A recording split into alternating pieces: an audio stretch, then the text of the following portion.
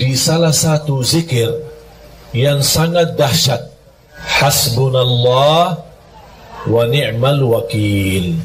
Ini tolong Bapak Ibu amalkan. Yang punya hutang silahkan amalkan. Jangan niat, ya Allah saya punya hutang belum mampu lunaskan, hasbunallah wa ni'mal wakil, hasbunallah wa ni'mal wakil, hasbunallah terus. Ya Allah saya berkeinginan dapat jodoh yang insyaAllah salihah yang mampu memimpin saya, hasbunallah wa ni'mal wakil, hasbunallah terus. Ya Allah saya punya hutang belum lunas, ya Allah ibu saya sakit. Apapun hajat kita, sebutin hajatnya dan silahkan wakili Allah yang urus. Karena hasbunallah wa ni'mal wakil, cukup bagi aku Allah sebaik-baik yang diwakili. Berapa? Bebas. 100, 200, 1000 bebas. Alhamdulillah jamaah sekalian, zikir ini saya tidak pernah berikan ke jamaah pasti berhasil. Semua hajat orang berhasil. Bahkan ada di antara jamaah yang pernah WhatsApp, maaf Syekh, udah saya berkali-kali baca tapi rasanya belum tuntas hajat saya. Di antara 1000 jamaah kurang lebih satu-satunya aja yang dia belum berhasil. Yang lain ada yang dalam seminggu tuntas, ada yang 2 minggu habis selesai, ada yang sampai 1 bulan. Tapi rata-rata alhamdulillah semua berhasil mendapatkan hajatnya. Cuma saya kaget ketika ada seorang jamaah, Syekh maaf sampai sekarang kok belum selesai. Saya berkata tak mungkin tak selesai, tidak boleh, harus selesai. Kamu jujur dah selesai? Benar, sampai sekarang belum tuntas. Kamu ada masalah. Pasti ada masalah.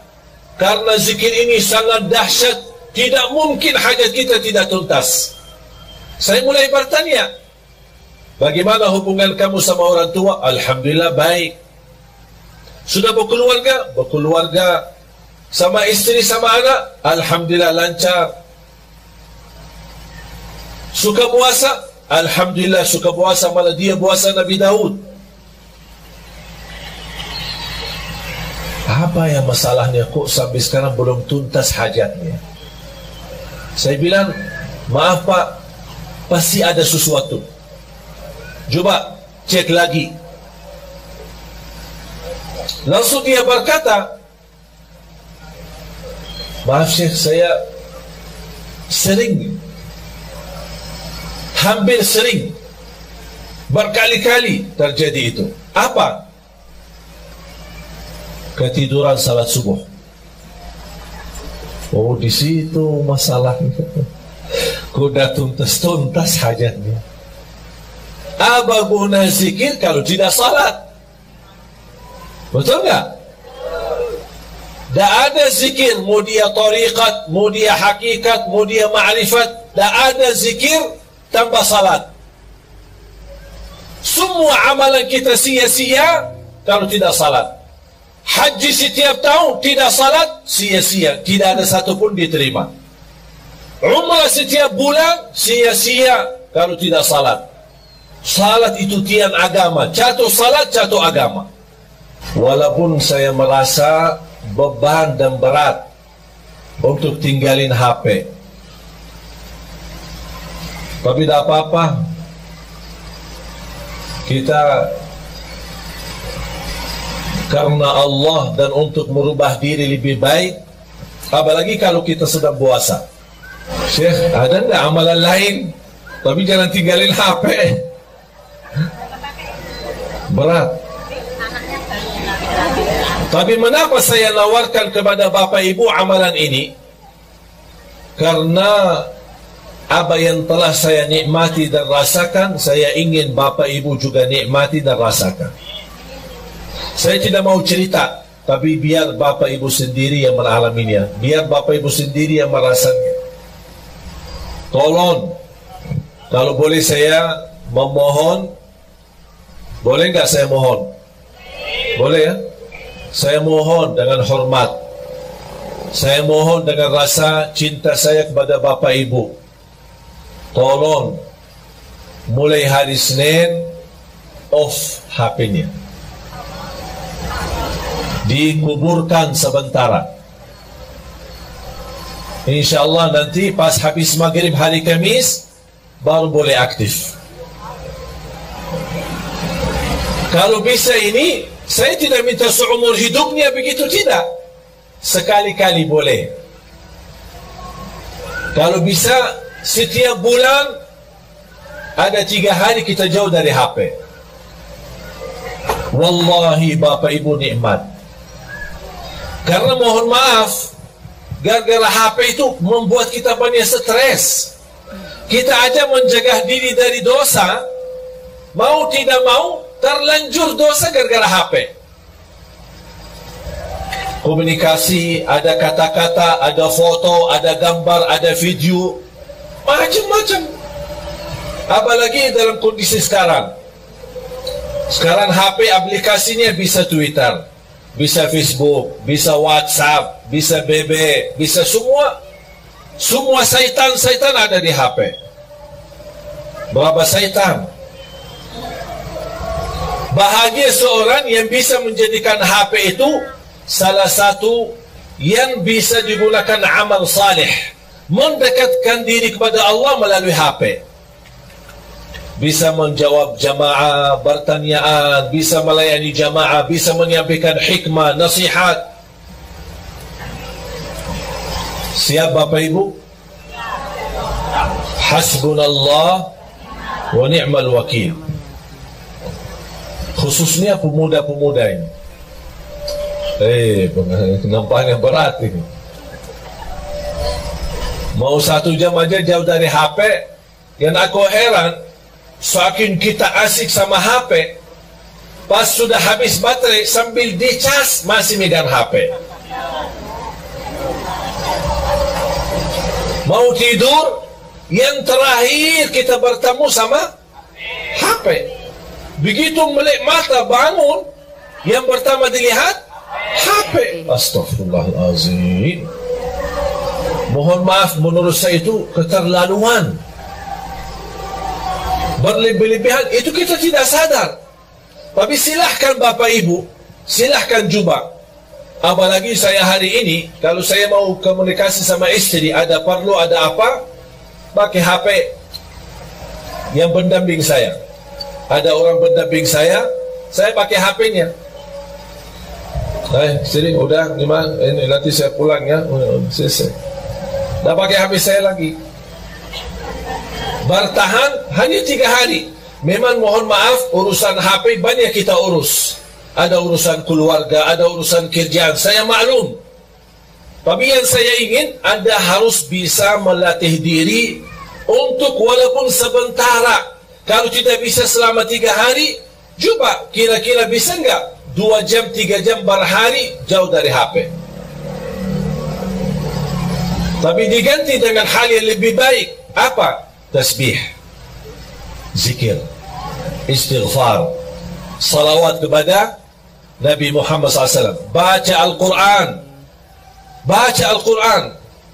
dan salah satu amalan yang saya sampaikan itu selain yang saya tadi sampaikan adalah baca suratul Baqarah. Rutin baca surat Al-Baqarah. Rasulullah sallallahu alaihi wasallam bersabda di hadis yang sahih, "Alaikum bi suratil Baqarah fa inna akhdaha barakah wa tarkaha hasrah wa la tastati'uha al-batalah." Rasulullah bersabda kepada kita semua sebagai umatnya, berbanyak baca suratul Baqarah. Karena sungguh barang siapa yang membaca suratul Baqarah, dia dapat diberikan oleh Allah keberkahan, dijauhkan oleh Allah dari godaan, termasuk godaan jin, syaitan maupun kejahatan sihir. Itu semua melalui suratul Baqarah. Ada yang bertanya, maaf Syekh, suratul Baqarah panjang, 286 ayat. Apakah harus dalam sehari kita habiskan? Tidak harus setiap hari. Sesuai kemampuan. Hari ini berapa?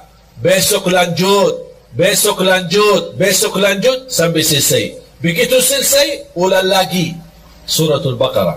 Yang belum bisa tuntas baca dengan benar atau belum begitu fasih atau berbata-bata, boleh sambil baca dengar dari CD murattal. CD murattal atau dari HP yang simpan isinya Al-Quran, yang bisa disetel, bisa dengar, ya sambil baca, dengar Suratul Baqarah. Ini termasuk salah satu amalan yang amat dahsyat.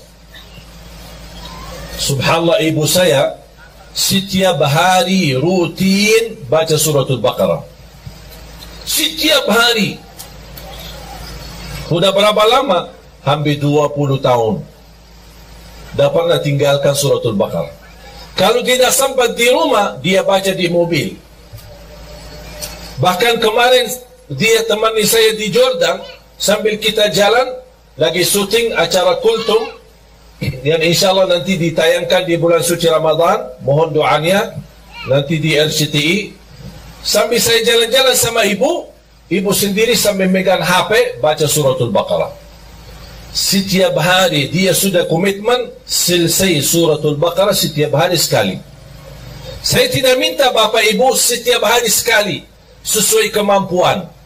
Setelah juz boleh, kalau bisa 1 juz boleh, kalau tidak bisa 1 juz hanya berapa halaman, tak apa-apa. Halaman ini besok lanjut sampai selesai. Begitu selesai ulang lagi. Karena Suratul Baqarah luar biasa dahsyat. Bukan hanya untuk keberkahan, bahkan untuk penyembuhan dari penyakit. Ada yang merasa gelisah, susah hati, susah fikiran, susah rezeki, merasa tidak nyaman, baca Suratul Baqarah rutin. Karena keberkahannya luar biasa. Jamaah sekalian dimuliakan Allah Subhanahu wa taala. Zikir dan baca Al-Quran memang itu sebenarnya menjadi salah satu ibadah yang hampir sangat jarang kita laksanakan. Apalagi yang saya minta memberikan amalan ini, mengapa? Karena kita mempersiapkan diri, tidak lama lagi kita menyambut sama-sama bulan suci Ramadan. Bapak Ibu, kalau Anda bisa terlatih untuk tinggalin HP, insya Allah begitu Anda menyambut bulan Ramadan, insya Allah Anda mampu tinggalkan HP-nya selama Ramadan. Dan itu bukan sesuatu yang susah, sangat mudah, tapi kembali kepada diri kita. Inna Allah la yughayyiru ma biqawmin hatta yughayyiru ma bi anfusihim. Allah tidak akan merubah satu kaum, tidak merubah nasib satu kaum, tidak merubah kebahagiaan satu kaum, kecuali mereka merubah diri sendiri. Komitmen Bapak Ibu sudah niat, yakin, insya Allah siap. Dan saya harap semua jemaah sekalian memiliki perasaan yang sama. Nikmati hidupmu hari ini, jangan fikirkan hari besok, karena belum tentu hidup sampai besok. Kalau kita hidup besok, alhamdulillah, semangat lagi, terus berjuang di dunia, cari nafkah yang halal, bahagiakan orang tua, bahagiakan keluarga, beribadah semaksimalnya, salat 5 waktu, baca Al-Quran, bersedekah, dan seterusnya amal-amal saleh lainnya. Saya doakan mudah-mudahan Bapak Ibu semua husnul khatimah. Husnul khatimah. Husnul khatimah. Dianugerahkan taufiknya Allah agar kita menjadi hamba yang salih salihah untuk hari hidup kita, hari kebahagiaan kita, hari bisa istiqamah dalam taat kepada Allah. Bukan kita memohon panjang umur begitu saja, tapi kita memohon panjang umur dalam taat kepadamu ya Allah. Itulah umur yang bermakna. Tapi kalau umur tanpa taat, itu umur yang sia-sia. Mari kita sama-sama berdoa.